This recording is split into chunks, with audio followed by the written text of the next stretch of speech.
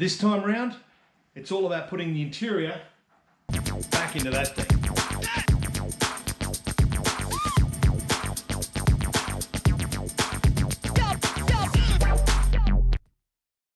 I'm an idiot.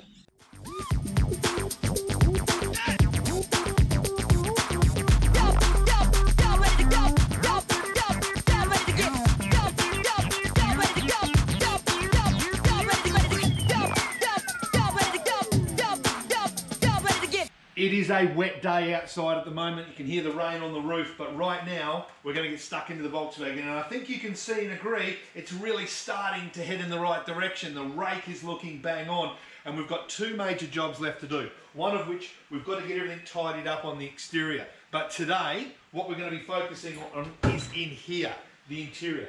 We're going to pull everything out, gut the whole lot, make sure it fits correctly, add a few extras, and bring it up to speed. So let's go.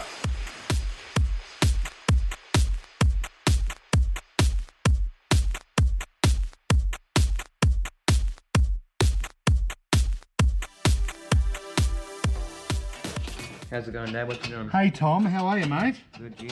You doing all right? It's a bit cold and wet outside, isn't it? Yeah. So what I'm doing is I'm actually taking these Suzuki Swift GDI seats out, and if you pull back a little bit, you'll be able to see. They are actually on Volkswagen runners, and the Volkswagen runners weren't very good at the best of times, and they also sit the seats up really high. So because we've got our little arc welder over there, I'm thinking we'll pull them out, have a look at them, and we might be able to make something a little bit better. Yep. So let's get them out, but they are, whoever put them in, holy hell, the bolts are almost impossible to get out.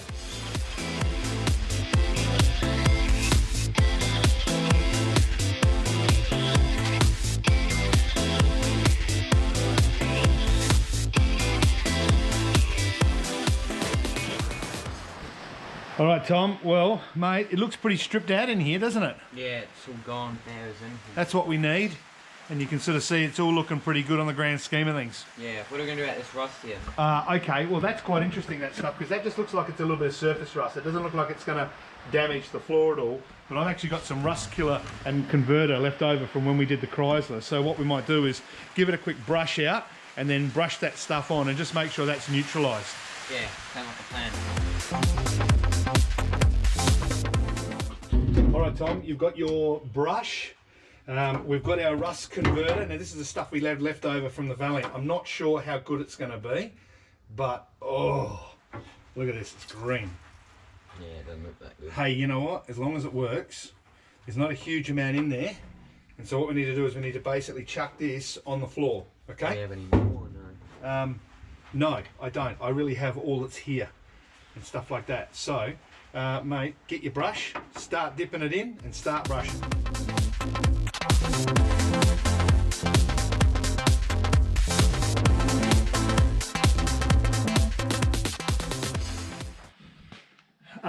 Yeah, I've got that on because it's gotten cold.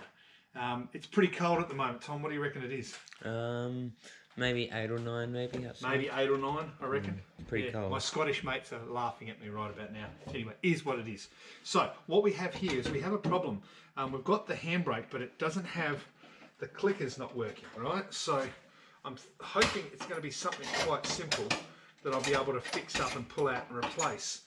But if it's not, then what I actually have is I've got a complete one here out of a Type 3 that does work, right, which is a bit of a shorter one. So I might be able to sort of work out putting that in there, and you can sort of see the handbrake cables go to here and make a little bit of metal bracket. So I'm going to pull this apart, pull this out, see if I can get this one fixed up, because we need a handbrake.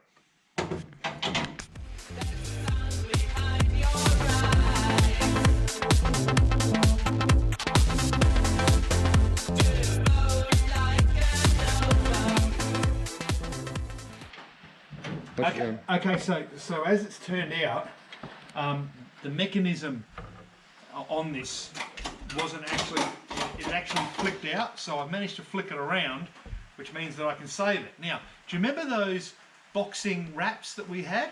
Yeah. I reckon we should wrap this in boxing wraps. Yeah, if you want. What do you reckon? Yeah. Perfect!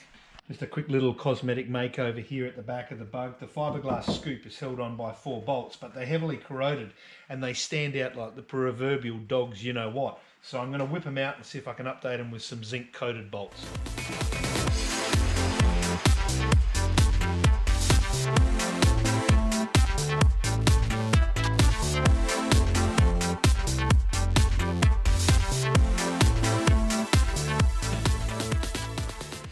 Day 2 here in the O2 garage, and it's time to get back onto the interior of this Bug, get it sorted out and finish it up.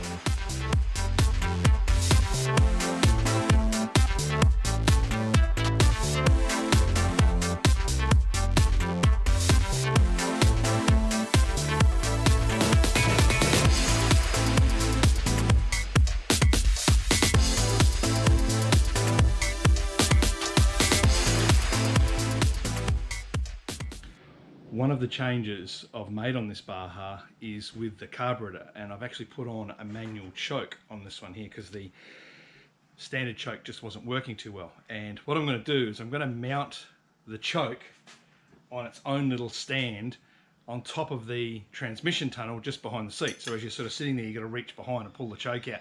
Something a little bit quirky, something a little bit different, but something very practical for getting this thing running. So let's make a bracket. The cool thing about building a rat rod is that everything doesn't have to be absolutely perfect. It doesn't have to be painted perfect, doesn't have to be.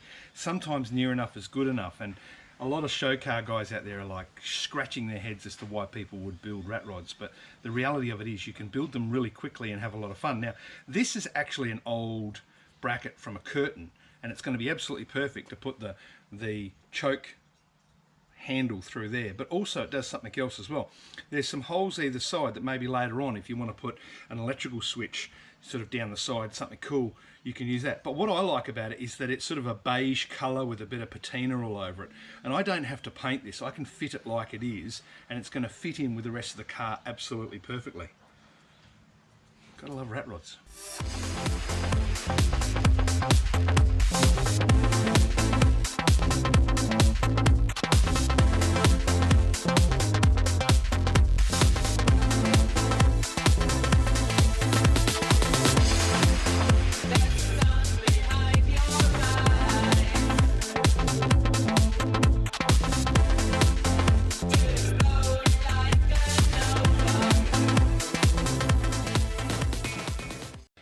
Okay, so next up on the interior is going to be fitting these seats, and I talked a little bit earlier about these seat frames being a little bit high, and eagle-eyed viewers at home would have spotted that there is a welding mask and a welder sitting behind me.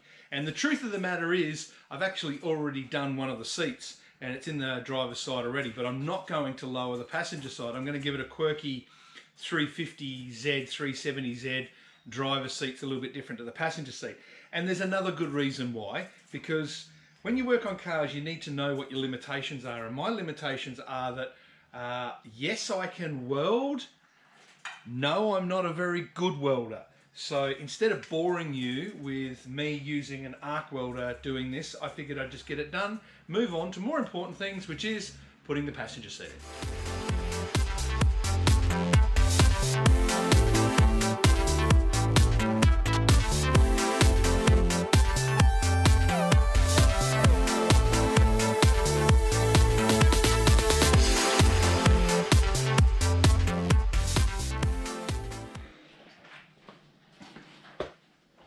One of the things that's bugged me on this Volkswagen for a long time has been this, which is the steering wheel. And it's an old school unit, but what it's actually got is someone's decided to, look at this, just silicon on the center cap. And what you guys can or cannot see is the arms of this steering wheel have actually got a little bit of extra play on the Boss. Now the Boss itself is a Volkswagen Boss, but it's just looking pretty aged. The outside is still pretty good and it's a great size. But what has to happen is I've got to dismantle this and rebuild it. So it's a matter of just pulling it apart and putting it back together properly.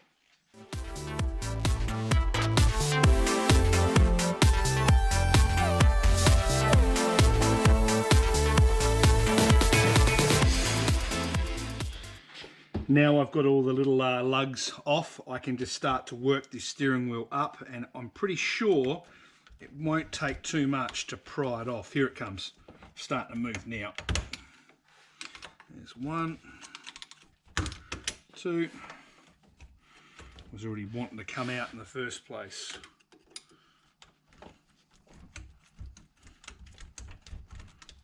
Come on, off you come. There we go. So that's the base steering wheel, so I can clean all this area up here, and then I can do the face and I can put it all back together with brand new bolts.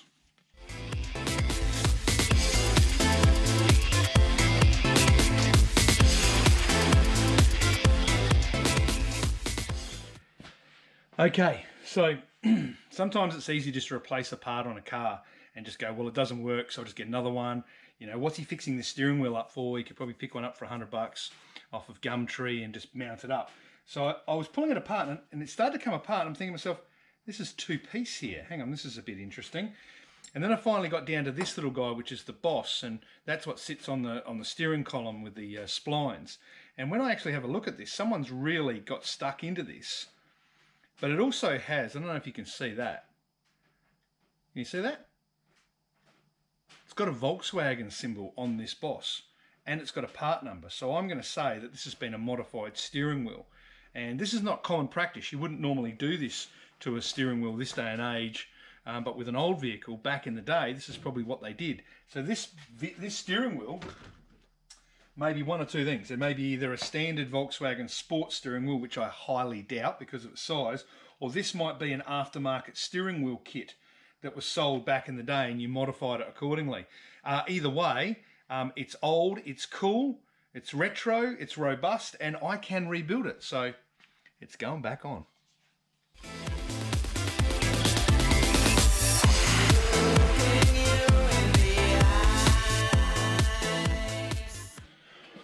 Next up is going to be the center cap, and the center cap has had all this goo and stuff put on it, mainly silicone and bits and pieces and things like that. So I've got to clear all this out so that when we do put it back on, if we use this method of sticking it on, it's going to stick on nice and easy. But you got to be a little bit careful because if you're rough, you'll end up breaking the plastic because the silicone can be quite hard. So it'll be all ahead steady.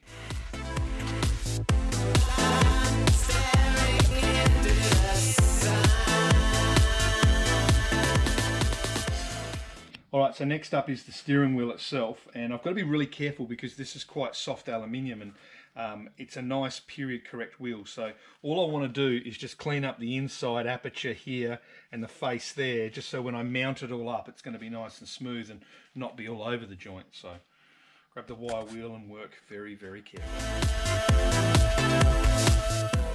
Alright, so now starts the task of piecing all this back together, and whilst that doesn't sound like it's much, I've got to select the right depth, bolts, bits and pieces and all that sort of stuff to make sure it goes on correctly. So, a good little bit of fun. What are you doing, Dad? Hey Tom, how are you, mate? Good, eh? So I'm working away on this old vintage steering wheel that came on the Volkswagen, and there's a stud pattern to line up the steering wheel with the bolts and bits and pieces, and it's just a matter of going through different combinations to make sure you get the most amount of bolts. Purchasing, that's such a word, purchasing on the steering wheel. And so I'm thinking I'm starting to just work it out now. I'm hoping that this is going to be it. It's just a matter of lining this plate up and doing all those little bits and pieces, but it's such a cool steering wheel, we don't want to miss out using it. It's an integral part of the car. Yeah. So I'm just playing around with it, making sure it's where it needs to be, and I think we might have just kicked a bit of a goal. I think we did. Okay, so after rating all the supplies, I think I've got enough bolts and enough nuts. Always pays to have enough nuts to get the job done. Let's put it all back together.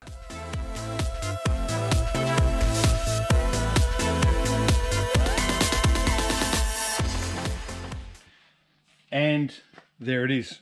So with some careful choices of bolts and so forth, I've actually made it a lot stronger and sturdier than what it was. It had a little bit too much free play in those hands that go onto the boss here. So what I need to do is just do a little bit of a trim up on some of the bolt overhang here, and then I'll be able to mount that center cap and it should be good to go.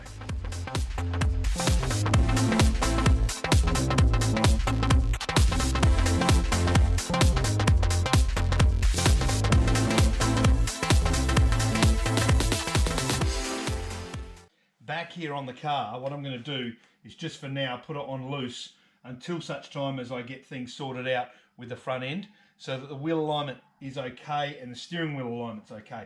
But these have got a multiple spline, so they're not all that hard to address and adjust if you need to later on.